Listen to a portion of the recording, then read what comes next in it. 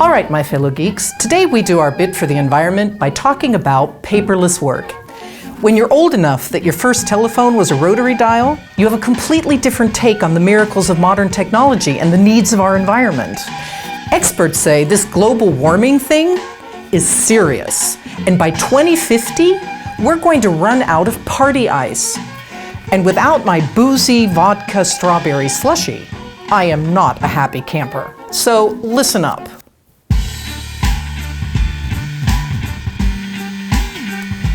In many European companies, there is at least a willingness to move away from paper.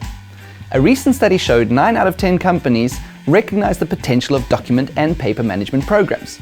They can even imagine such a program in their own companies. Imagining is one thing, but in reality, implementation thus far has been sluggish. A good example? German companies. Despite digitization in the 21st century, paper consumption in Germany has remained somewhat constant at 20 million tons a year. Office paper is still good business in Germany. The Association of German Paper Manufacturers is of course delighted. Going paperless is not only good for natural resources and the environment, it also brings with it increased efficiency and productivity. And yet we're still not ready for a fully paperless office. Despite this, there are still things that we can do in our companies and private lives to move further away from paper. Here are a few things we can focus on. Although it sounds like a contradiction in terms, printing digitally makes a lot of sense on a lot of levels. You can avoid printing hard copies by printing to a digital format like PDF. But what's the point of this, you might ask? Well, PDF is a fairly universal format and you can distribute it digitally. Also, don't photocopy. Instead of photocopying, use apps like Scan to PDF or Cam Scanner to convert physical documents into digital versions, instead of creating another paper version. The advantage of having your documents digitally means you can also edit them digitally. I don't even know where to start talking about the advantages of taking digital notes. Like seriously, it's a no-brainer. But I have to start somewhere, so here goes.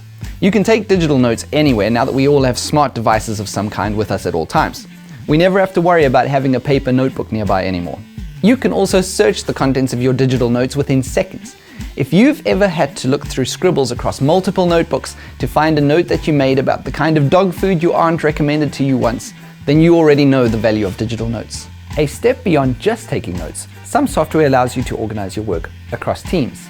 Atlassian's Confluence, for example, is a corporate wiki that lets multiple users modify, create, and share content. This reduces the paper trail and also the amount of emails flying around. Jira, also from Atlassian, helps manage workflows across your organization. And it doesn't stop there.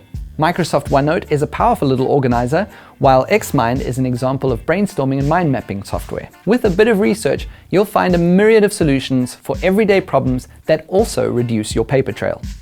To fully realize the benefits of all this digital work, you need to be in the cloud. Storing documents, images, and many other things means we can collaborate, share our work, and lots more. Applications like Microsoft OneDrive, Google Drive, iCloud, Dropbox, all of these offer us the functionality for storing our digital documents in the cloud. You just need to find the one that fits most to your organization. Finally, commit to the process and be consistent. Consistency is the only way you can achieve the goals of the paperless workplace. Wow, that was some serious shit. What we learned? Tablet and cloud are better than paper and binder. And before you print out that email history the next time, think about me.